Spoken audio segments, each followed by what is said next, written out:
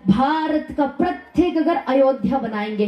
ಅಯೋಧ್ಯೆಯಲ್ಲಿ ಮಂದಿರ ನಿರ್ಮಾಣ ಆಯ್ತು. ಮುಂದೆ ಭಾರತದ ಮನೆಗಳನ್ನ ಅಯೋಧ್ಯೆಯನ್ನಾಗಿಸುವುದು ನಮ್ಮ ಮುಂದಿನ ಸಂಕಲ್ಪ.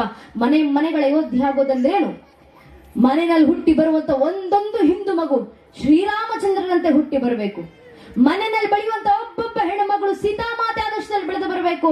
ಆಗ ಮನೆಗಳ ಅಯೋಧ್ಯೆ ಆಗ್ತಾವೆ. ಆದ್ರೆ ಮನೆಗಳಲ್ಲಿ ಶ್ರೀರಾಮಚಂದ್ರನಂತ ಮಕ್ಕಳು ಹುಟ್ಟಿ ಬರ್ಬೇಕಂದ್ರೆ ಮನೆಯಲ್ಲಿರುವಂತ ಒಬ್ಬೊಬ್ಬ ತಾಯಿ ಕೌಶಲ್ಯ ಆದಾಗ ಮಾತ್ರ ಅದು ಸಾಧ್ಯ ಆಗೋದು. ಆದ್ರಿಂದ ತಾಯಿಂದ್ರು ಜಾಗೃತರಾಗಿ ಮನೆ ಮಕ್ಕಳನ್ನ ಜಾಗೃತಗೊಳಿಸಿ, ಮನೆ ಮಕ್ಕಳಲ್ಲಿ ಧರ್ಮ ಜಾಗೃತಿ ಮೂಡಿಸಿ. ಯಾವುದ್ರ ಮೂಲಕ ಧರ್ಮ ಜಾಗೃತಿ ಮೂಡಿಸ್ತೀರಾ? ಧರ್ಮ ಬೋಧನೆ ಮಾಡುವ ಮೂಲಕ, ಧರ್ಮ ಗ್ರಂಥಗಳ ಪರಿಚಯ ಮಾಡಿಕೊಡುವ ಮೂಲಕ. ನಮ್ಮ ಹಿರಿಯರು ಗ್ರಂಥಗಳನ್ನ ಬರೆದಿಟ್ಟು ಹೋಗಿದ್ದೆ ನಮ್ಮ ಜಾಗೃತಿ ಆಗ್ಲಿ ಅಂತಲ್ವಾ? ಆದ್ರೆ ನಿಮ್ಮಿಂದ ಸಾಧ್ಯವಾದ್ರೆ ಧರ್ಮ ಗ್ರಂಥಗಳನ್ನು ಮಕ್ಕಳಿಗೆ ಪರಿಚಯ ಮಾಡಿಕೊಡಿ. ಆಗ್ಲಿಲ್ವಾ? ನಮಗೆ ವೇದ ಉಪನಿಷತ್ತಿನ ಪಾಠ ಆಗಿಲ್ಲ, ರಾಮಾಯಣ ಮಹಾಭಾರತ ಅಂತ ಇತಿಹಾಸವನ್ನ ಓದಿ ತಿಳ್ಕೊಳ್ಳುವಂತ ಸಮಯ ನಮಗಿಲ್ಲ. ಕನಿಷ್ಠ ಪಕ್ಷ ವ್ಯಾಸರು ಬರೆದಿರುವಂತ 18 ಪುರಾಣಗಳಲ್ಲಿರುವಂತ ಒಂದೆರಡು ಕಥೆಗಳನ್ನಾದ್ರೂ ಮಕ್ಕಳಿಗೆ ಹೇಳ್ಕೊಡ್ಲಿಕ್ಕೂ ನಮಗೆ ಬರೋದಿಲ್ಲ. ಭಗವದ್ಗೀತೆ ಶ್ಲೋಕಗಳನ್ನು ಮಕ್ಕಳಿಂದ ಹೇಳಿಸ್ಲಿಕ್ಕೆ ನಮಗೆ ಸಾಧ್ಯ ಇಲ್ಲ ಅಂತ ನಿಮಗೆ ಅನಿಸಿದ್ರೆ ಪರವಾಗಿಲ್ಲ. ಸಾಧ್ಯವಾದ್ರೆ ಧರ್ಮ ಗ್ರಂಥಗಳ ಮೂಲಕ ಮಕ್ಕಳಿಗೆ ಧರ್ಮ ಬೋಧನೆ, ಧರ್ಮ ಜಾಗೃತಿ ಮೂಡಿಸಿ. ಆಗ್ಲಿಲ್ವಾ? ಕನಿಷ್ಠ ಪಕ್ಷ ವಾರಕ್ಕೆ ಒಂದು ದಿನ ಮನೆಯ ಮಕ್ಕಳನ್ನ ಕರ್ಕೊಂಡು ದೇವಸ್ಥಾನಕ್ಕೆ ಬನ್ನಿ. ದೇವಸ್ಥಾನದಲ್ಲಿ ಕೂರಿಸಿ ಮಕ್ಕಳ ಬಾಯಿಂದ ಭಜನೆಗಳನ್ನ ಹಾಡಿಸಿ ಸಾಕು, ಆ ಮಗುವಿನ ತನ್ನಿಂತಾನೇ ಧರ್ಮ ಜಾಗೃತಿ ಆಗುತ್ತೆ. ಇವತ್ತು ಹಿಂದೂ ಮನೆ ಪೋಷಕರು ಮಾಡಬೇಕಾಗಿರುವಂತ ಮೊಟ್ಟ ಮೊದಲ ಕೆಲಸ ಇದು. ಮನೆ ಮಕ್ಕಳನ್ನ ದೇವಸ್ಥಾನ ಕರ್ಕೊಂಡು ಬರೋದು. ನಾವೀಗ ಮಕ್ಕಳನ್ನ ದೇವಸ್ಥಾನ ಕರ್ಕೊಂಡು ಬರಲಿಲ್ಲ. ಪರಿಸ್ಥಿತಿ ಯಾವ ರೀತಿ ಆಗುತ್ತೆ ಅಂದ್ರೆ, ನಮ್ಮ ನಗರಗಳಲ್ಲಿ ದೇವಸ್ಥಾನಗಳಲ್ಲಿ ಒಂದೊಂದು ಮೆಷಿನ್ಗಳನ್ನ ತಂದಿಟ್ಟಿದೀವಿ. ಆ ಸ್ವಿಚ್ ಆನ್ ಮಾಡಿದ್ರೆ ಸಾಕು, ಗಂಟೆ ಜಾಗಟೆ ಆರತಿ ಸಮಯಕ್ಕೆ ಎಲ್ಲ ಮೆಷಿನ್ ಹುಡ್ಕೊಳ್ಳುತ್ತೆ. ನಮಗೆ ಅದನ್ನ ನೋಡಿ ಏನೋ ಆನಂದ. ಅಬ್ಬಾ, ಟೆಕ್ನಾಲಜಿ ನಮ್ಮ ದೇವಸ್ಥಾನವರೆಗೂ ತಲುಪಿ ಬಂದಿದೆ. ನಾವು ಗಂಟೆ ಜಾಗಟೆ ಬಿಡಲಿಕ್ಕೆ ಮನುಷ್ಯರು ಬೇಕಾಗಿಲ್ಲ, ಸ್ವಿಚ್ ಆನ್ ಮಾಡಿದ್ರೆ ಸಾಕು ಮೆಷಿನ್ ಹುಡ್ಕೊಳ್ಳುತ್ತಲ್ಲ ಅಂತ ನಮಗೇನೋ ಆನಂದ. ಇದು ಆನಂದ ಪಡುವ ವಿಚಾರ ಅಲ್ಲ, ಇದು ದುಃಖ ಪಡುವಂತ ವಿಚಾರ, ಇದು ದುರಾದೃಷ್ಟ. ಯಾಕೆ ಮೆಷಿನ್ಗಳನ್ನು ನಾವು ನಗರಗಳಲ್ಲಿ ದೇವಸ್ಥಾನದಲ್ಲಿ ತಂದಿಟ್ಟಿದ್ದೀವಿ ಅಂದ್ರೆ, ಸಂಧ್ಯಾ ಕಾಲಕ್ಕೆ ಆರತಿ ಮಾಡುವ ಸಂದರ್ಭಕ್ಕೆ ಗಂಟೆ ಜಾಗಟೆ ಹೊಡಿಲಿಕ್ಕೆ ಹಿಂದೂಗಳು ದೇವಸ್ಥಾನದಲ್ಲಿಲ್ಲ. ಅದರ ಪರವಾಗಿ ಒಂದು ಮೆಷಿನ್ ತಂದಿಡುವಂತ ಪರಿಸ್ಥಿತಿ ನಮಗೆ ಬಂದಿದೆ. ಆ ಪರಿಸ್ಥಿತಿ ಎಲ್ಲಾ ದೇವಸ್ಥಾನಗಳಿಗೂ ತಲುಪೋದು ಬೇಡ. ಹಿಂದೂಗಳು ದೇವಸ್ಥಾನಕ್ಕೆ ಬರೋಣ.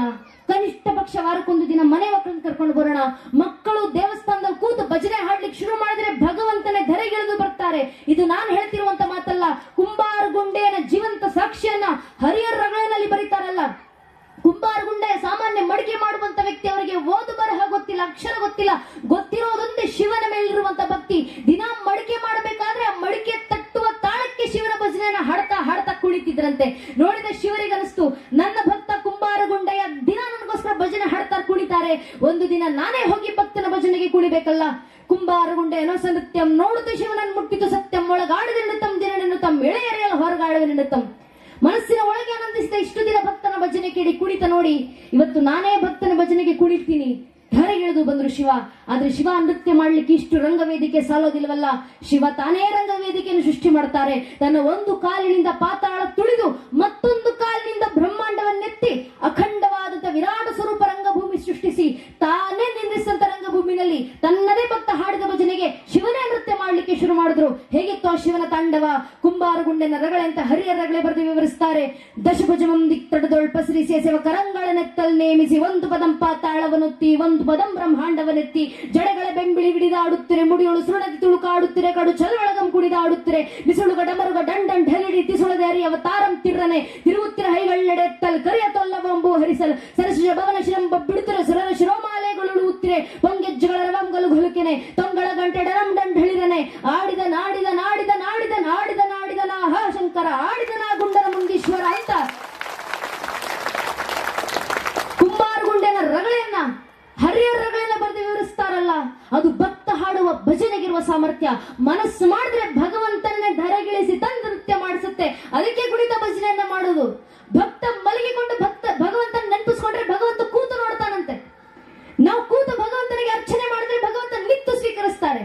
ನಾವು ನಿತ್ತು ಭಗವಂತನ ಧ್ಯಾನಿಸಿದ್ರೆ ಭಗವಂತ ಕುಣಿತಾ ಕುಣಿತಾ ಆನಂದಿಸ್ತಾರೆ. ನಾವು ಭಗವಂತ ಕುಣಿದನ್ನ ನೋಡಿ ನಾವು ಕುಣಿಲಿಕ್ಕೆ ಶುರು ಮಾಡಿದ್ರೆ ಭಕ್ತನು ಕುಣಿದ, ಭಗವಂತನು ಕುಣಿದ, ಕುಣಿತ ಭಜನೆ ಪ್ರಾರಂಭ ಆಯಿತು ಅಂತ ಪೂರ್ವಿಕರು ಹೇಳ್ತಿದ್ದಂತ ಮಾತು. ಆ ಕುಣಿತ ಭಜನೆಗಿರುವಂತ ಸೊಬಗು ಅಂತದ್ದು ನನಗೆ ಬಹಳ ಸಂತೋಷ ಆಯ್ತು. ಹಿರಿಯರು ಪ್ರತಿ ವಾರಕ್ಕೊಮ್ಮೆ ಒಂದು ದಿನ ಬಂದು ಭಜನೆಗಳನ್ನ ಕಲಿಸ್ಕೊಟ್ಟಿದ್ದಾರೆ. ಎಷ್ಟು ಸುಂದರವಾಗಿ ನಮ್ಮ ತಾಯಂದ್ರು ಭಜನೆಗಳನ್ನು ಹಾಡ್ತಾರೆ. 60 ಜನ ಇರುವಂತ ಭಜನಾ ಕಮ್ಮಟಗಳು ನಿರ್ಮಾಣ ಆಗಿದ್ದಾವೆ. ನಮ್ಮ ಧರ್ಮಸ್ಥಳದ ಪೂಜನೆ ಕಾವಂತರು ಹೇಳ್ತಿದ್ದಂತ ಮಾತು, ನಾವು ಭಜನಾ ಕಮ್ಮಟಗಳನ್ನು ನಿರ್ಮಾಣ ಮಾಡ್ತಿರೋದು ಸಂಗೀತ ಪಂಡಿತರನ್ನ ತಯಾರಿಸ್ಲಿಕ್ಕಲ್ಲ, ಭಕ್ತರನ್ನ ತಯಾರು ಮಾಡ್ಲಿಕ್ಕೆ ಅಂತ. ಆ ಭಕ್ತರನ್ನ ತಯಾರು ಮಾಡುವಂತ ಕೆಲಸ ಹಳ್ಳಿಗಳಲ್ಲಿ ನಡೀತಿದೆ ಇವತ್ತಿನ ದಿನ. ಅದಕ್ಕೆ ನಮ್ಮ ಹಿರಿಯರು ಹೇಳಿದ್ದು, ಭಜನೆ ಮಾಡುವ ಮನೆ ಎಂದಿಗೂ ವಿಭಜನೆ ಆಗೋದಿಲ್ಲ. ಭಜನೆಗಿರುವ ಸಾಮರ್ಥ್ಯ ಅದು ಮನೆಗಳನ್ನ ಸಂಘಟಿಸುತ್ತೆ, ಮನೆತನಗಳನ್ನ ಸಂಘಟಿಸುತ್ತೆ, ಕುಟುಂಬಗಳನ್ನ ಸಂಘಟಿಸುತ್ತೆ, ಸಮಾಜವನ್ನ ಸಂಘಟಿಸುತ್ತೆ, ತದ್ವಾರ ಧರ್ಮ ಮತ್ತು ದೇಶವನ್ನ ಸಂಘಟಿಸುತ್ತೆ. ಆ ಕೆಲಸ ಭಜನೆಗಳಿಂದ ಆಗುತ್ತೆ. ಆದ್ರಿಂದ ಭಜನಾ ಮಂದಿರಗಳಲ್ಲಿ, ದೇವಸ್ಥಾನಗಳಲ್ಲಿ ನಮ್ಮ ಮಕ್ಕಳು ಕೂತು ಭಜನೆಗಳನ್ನ ಹಾಡಬೇಕು. ಮಕ್ಕಳ ಕೈಗೆ ಕಂಸಾಳೆಗಳನ್ನ ಕೊಡಿ, ಗಂಟೆ ಜಾಗಟೆಗಳ ಧ್ವನಿ ಮಕ್ಕಳ ಕೈಗಳಿಂದ ಹೊರಡಲಿ. ನಿತ್ಯ ಪೂಜೆ ಸಂದರ್ಭಕ್ಕೆ, ಗಂಟಾ ಪೂಜೆ ಸಂದರ್ಭಕ್ಕೆ ನಾವು ಹೇಳುವಂತ ಮಂತ್ರ ಆಗಮಾರ್ತಂದು ದೇವಾನಾಂ ಗಮನಾರ್ಥಂದು ರಕ್ಷಸಾಂ ಕುರು ಘಂಟಾರವಂತತ್ರ ದೇವತಾವಾನ ಲಾಂಛನಂ. ಎಲ್ಲೆಲ್ಲಿ ಗಂಟೆ ಜಾಗಟೆಗಳ ಸದ್ದು ಕೇಳಿ ಬರ್ತಾವೋ ಅಲ್ಲೆಲ್ಲ ಭಗವಂತ ಬರ್ತಿದ್ದ ಅನ್ನೋದಕ್ಕೆ ಲಾಂಛನ. ಆದ್ರಿಂದ ಗಂಟೆ ಜಾಗಟೆ ಕಂಸಾಳೆಗಳ ಸದ್ದು ನಮ್ಮ ಮಕ್ಕಳ ಕೈಗಳಿಂದ ಹೊರಡಬೇಕು. ಶಂಖನಾದಗಳ ಧ್ವನಿ ಮನೆಗಳಿಂದ ಗುಂಜಿಸಬೇಕು.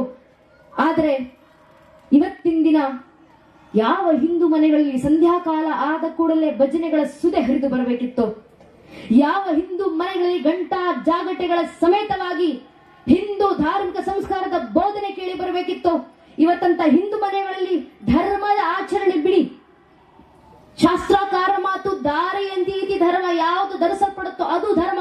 ನಾವು ಧರ್ಮ ಧರಿಸೋದು ಬಿಡಿ, ಕನಿಷ್ಠ ಪಕ್ಷ ಅಂದ್ರೂ ಧಾರ್ಮಿಕ ಸಂಕೇತ ಧರಿಸೋದು ಮರೆತು ಹೋಗಿದ್ದೀವಿ. ಬೇರೆಲ್ಲೂ ಬೇಡ.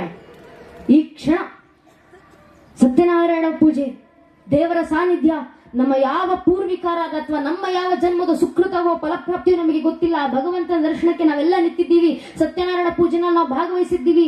ಅಂತ ಭಗವಂತನ ಕೃಪಾ ಕಟಾಕ್ಷದಲ್ಲಿ ಕೂತಿರ್ಬೇಕಾದ್ರೆ ಸ್ವಲ್ಪ ನಿಮ್ಮ ಸುತ್ತಮುತ್ತ ಅಕ್ಕಪಕ್ಕ ಕಣ್ಣಾಡಿಸಿ ನೋಡಿ. ನಿಮ್ಮ ಅಕ್ಕಪಕ್ಕದಲ್ಲಿ ಹಿರಿಯರಿರ್ತಾರೆ, ಸುತ್ತಮುತ್ತ ವೃದ್ಧರು ಕೂತಿರ್ತಾರೆ. ಆ ಹಿರಿಯರ ಹಣೆ ಸ್ವಲ್ಪ ಗಮನಿಸಿ. ಅವರ ಹಣೆ ಕುಂಕುಮ ಹಚ್ಚಿರ್ತಾರೆ, ಹಣೆ ತುಂಬ ವಿಭೂತಿ ಬೆಳೆದಿರ್ತಾರೆ. ಗಂಧ, ಚಂದನ, ತಿಲಕ, ಭಂಡಾರ ಯಾವುದೋ ಒಂದು ಪರಂಪರೆಗೆ ಅನುಸಾರವಾಗಿ ಒಂದಲ್ಲ ಒಂದು ಧಾರ್ಮಿಕ ಸಂಕೇತ ಅವರ ಹಣೆಯಲ್ಲಿ ವಿಜೃಂಭಿಸ್ತಿರುತ್ತೆ. ಅದೇ ಸ್ವಲ್ಪ ನನ್ನ ವಯಸ್ಸಿನ, ನನ್ನ ಪೀಳಿಗೆಯ, ನನ್ನ ತಲೆಮಾರಿನ ಮಕ್ಕಳ ಹಣೆಗಳನ್ನು ಗಮನಿಸಿ ನೋಡಿ. ಎಷ್ಟು ಜನ ಮಕ್ಕಳು ಹಣೆ ಕುಂಕುಮ ಹಚ್ಕೊಂಡು ಬಂದಿದ್ದಾರೆ. ವಿಶೇಷವಾಗಿ ನಮ್ಮನೆ ಹೆಣ್ಣು ಮಕ್ಕಳು, ನಮ್ಮ ಹಿಂದೂ ಮನೆ ಹೆಣ್ಣು ಮಕ್ಕಳು ಹಣೆಗೆ ಕುಂಕುಮ ಪದ್ಧತಿಯನ್ನೇ ಮರೆತು ಹೋಗ್ತಿದ್ದಾರೆ. ಹಣೆ ಕುಂಕುಮ ಹಚ್ಚೋದಿಲ್ಲ. ಅಮ್ಮಮ್ಮ ಅಂದ್ರೆ ಯಾವ್ದು, ಅದು ಕಪ್ಪು ಸಣ್ಣ ಚುಕ್ಕಿ ತಗೊಂಡು ಹಣೆಗೆ ಇಡ್ತಾರೆ, ಸಣ್ಣ ಕಪ್ಪು ಬಟ್ಟದು. ತಪ್ಪು ನಮ್ಮನೆ ಹೆಣ್ಣು ಮಕ್ಕಳು ಅಲ್ಲವೇ ಅಲ್ಲ. ಏನಕ್ಕೆ ಹಣೆ ಕುಂಕುಮ ಇಡಬೇಕು ಅಂತ ಹೇಳ್ಕೊಡದೇ ಇರುವಂತ ಮನೆ ಪೋಷಕರ ತಪ್ಪು, ಮನೆ ಹಿರಿಯರ ತಪ್ಪು. ನಮ್ಮನೆ ಹೆಣ್ಣು ಮಕ್ಕಳಿಗೆ ಹೇಳ್ಕೊಡ್ಬೇಕು ನಾವು, ಏನಕ್ಕಮ್ಮ ಹಣೆ ಕುಂಕುಮ ಹಚ್ಚೋದು ಹಣೆಗೆ, ಕಾಟಾಚಾರಕ್ಕಲ್ಲ. ಮಾರ್ಕಂಡ ಋಷಿಮುನಿಗಳು ದೇವಿ ಭಾಗವತದಲ್ಲಿ ಬರೀತಾರೆ, ಶುಂಭ ನಿಶುಂಭ ಎಂಬ ಇಬ್ಬರು ರಾಕ್ಷಸರು ತಾಯಿ ಜಗನ್ಮಾತೆಯನ್ನು ಕೆಟ್ಟ ದೃಷ್ಟಿಯಿಂದ ನೋಡಿದಾಗ ತಾಯಿ ಜಗನ್ಮಾತೆ ಖುದ್ದು ಕ್ರೋಧಿತರಾಗಿ ಶಾಂಭವಿ ಅವತಾರನ ತಾಳಿ ನಿಂತು ಶುಂಭ ನಿಶುಂಭರ ಸಂಹಾರವನ್ನ ಮಾಡಿ ಆ ರಾಕ್ಷಸ ರಕ್ತವನ್ನು ತೆಗೆದುಕೊಂಡು ತಾಯಿ ಜಗನ್ಮಾತೆ ತನ್ನ ಹಣೆಗೆ ಹಚ್ಕೊಂಡ್ರಂತೆ. ಅದರ ಸಂಕೇತವಾಗಿ ನಮ್ಮನೆ ಹೆಣ್ಮಕ್ಳು ಇವತ್ತಿಗೂ ಹಣೆ ಕುಂಕುಮ ಹಚ್ತಾರೆ. ಯಾಕೆ? ಎದುರಿಗೆ ಬರುವಂತ ಪುರುಷರಿಗೆ ಎಚ್ಚರಿಕೆಯನ್ನ ನೀಡಲಿಕ್ಕೆ. ಒಂದು, ನಿನ್ನ ತಾಯಿ ಸ್ಥಾನದಲ್ಲಿ ಜಗನ್ಮಾತೆ ಸ್ಥಾನದಲ್ಲಿಟ್ಟು ಆರಾಧಿಸು, ಗೌರವಿಸು. ಅಕಸ್ಮಾತ್ ಕೆಟ್ಟ ದೃಷ್ಟಿಯಿಂದ ನೋಡಿದ್ರೆ ಶುಂಭರಿಗೆ ಬಂದ ಪರಿಸ್ಥಿತಿ ನಿನಗೂ ಬರೋದು ಅಂತ ಎಚ್ಚರಿಕೆ ಗಂಟೆ ಕೊಡ್ಲಿಕ್ಕೆ ಹಿಂದೂ ಮನೆ ಒಬ್ಬೊಬ್ಬ ಹಿಂದೂ ಹೆಣ್ಣುಮಗಳು ಜೀವಂತ ದುರ್ಗಿಯಂತೆ ಹಣೆಗೆ ಕುಂಕುಮಟ್ಟು ಓಡಾಡಬೇಕು ಅಂತ ಹಿರಿಯರು ಹಾಕಿಕೊಟ್ಟದಂತ ಪದ್ಧತಿ, ಪರಂಪರೆ, ಸಂಸ್ಕೃತಿ ಮನೆ ಹೆಣ್ಣು ಮಕ್ಕಳು ಮಾತ್ರ ಅಲ್ಲ, ಹೆಣ್ಣು ಮಕ್ಕಳಾಗ್ಲಿ ಗಂಡು ಮಕ್ಕಳಾಗ್ಲಿ ಹಿಂದೂ ಧರ್ಮದಲ್ಲಿ ಹುಟ್ಟಿರುವಂತ ಪ್ರತಿಯೊಬ್ಬ ಹಿಂದೂ ಹಣೆಗೆ ಕುಂಕುಮ, ತಿಲಕ, ವಿಭೂತಿ, ಗಂಧ, ಚಂದನ, ಭಂಡಾರ ಯಾವುದೋ ಒಂದು ನಮ್ಮ ಪರಂಪರೆಗೆ ಅನುಸಾರ ಒಂದಲ್ಲ ಒಂದು ಧಾರ್ಮಿಕ ಸಂಕೇತ ಖಡಾಖಂಡಿತವಾಗಿ ಹಣೆಗೆ ಧರಿಸಿರಲೇಬೇಕು. ಯಾಕಂದ್ರೆ ಅದು ನಮ್ಮ ಸ್ವಾಭಿಮಾನದ ಸಂಕೇತ. ಕವಿಗಳು ಹೇಳ್ತಾರಲ್ಲ, ये है देखो राजपूताना नाजी से तलवारों पे, इसने अपना जीवन काटा भरजी तीर कटारों पे, कूद बड़ी तेज हजारों पद्मिनी अंगारों पे, इस मिट्टी का कण कण के हरा कुर्बानी की गाता, इस मिट्टी से तिलक करो ये धरती है बलिदानों की. ಅರ್ಥಾತ್ ನಮ್ಮ ಮೇಲಾದಂತ ಸಾವಿರಾರು ವರ್ಷಗಳ ದಾಳಿಗಳ ನಂತರವೂ, ನೂರಾರು ಜನಾಂಗಗಳ ಆಕ್ರಮಣಗಳ ನಂತರವೂ, ಅಸಂಖ್ಯ ಕಷ್ಟ ನಷ್ಟಗಳ ನಡುವೆಯೂ ಇವತ್ತಿಗೂ ತಲೆ ಎತ್ತಿ ನಿಂತಿರುವಂತ, ಮೃತ್ಯುವನ್ನು ಮಣಿಸಿ ಬದುಕ್ತಿರುವಂತ ಮೃತ್ಯುಂಜಯ ಸನಾತನ ಹಿಂದೂ ಧರ್ಮದ ಪರಂಪರೆ ವಾರಸುದಾರನಾಗಿ ನಾನೊಬ್ಬ ಹಿಂದೂ ಇವತ್ತಿಗೂ ಜಗತ್ನ ಜೀವಂತ ಇದ್ದೀನಿ ಅಂತ ಸಾರಿ ಹೇಳ್ಕೊಳ್ಳಿಕ್ಕಿರುವಂತ ಒಂದು ಸ್ವಾಭಿಮಾನದ ಸಂಕೇತ, ಹಣೆಗೆ ಧರಿಸುವಂತ ಧಾರ್ಮಿಕ ಸಂಕೇತ.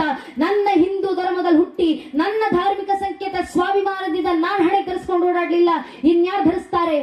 ಹಿಂದೂ ಧರ್ಮದಲ್ಲಿ ಹುಟ್ಟಿ ನನ್ನ ದೇವಸ್ಥಾನಗಳಿಗೆ ನಾನು ಬರಲಿಲ್ಲ, ಇನ್ಯಾರು ಬರ್ತಾರೆ? ಹಿಂದೂ ಧರ್ಮದಲ್ಲಿ ಹುಟ್ಟಿ ನನ್ನ ಭಜನೆಗಳನ್ನು ನಾನು ಹಾಡಲಿಲ್ಲ, ಇನ್ಯಾರು ಹಾಡ್ತಾರೆ? ಹಿಂದೂ ಧರ್ಮದಲ್ಲಿ ಹುಟ್ಟಿ ನನ್ನ ಧಾರ್ಮಿಕ ಕ್ಷೇತ್ರಗಳ ಪರವಾಗಿ ನಾನು ನಿಲ್ಲಿಲ್ಲ, ಇನ್ಯಾರು ನಿಲ್ತಾರೆ? ಹಿಂದೂ ಧರ್ಮದಲ್ಲಿ ಹುಟ್ಟಿ ನನ್ನ ಮಠ ಮಂದಿರಗಳಿಗೆ ನಾನು ಭಾಗವಹಿಸಲಿಲ್ಲ, ಹೋಗಿ ಯಾರು ಭಾಗವಹಿಸ್ತಾರೆ? ಹಿಂದೂ ಧರ್ಮದಲ್ಲಿ ಹುಟ್ಟಿ ನನ್ನ ಧಾರ್ಮಿಕ ಸಭೆಗೆ ನಾನು ಸೇರಲಿಲ್ಲ, ಇನ್ಯಾರು ಸೇರ್ತಾರೆ? ಹಿಂದೂ ಧರ್ಮದಲ್ಲಿ ಹುಟ್ಟಿ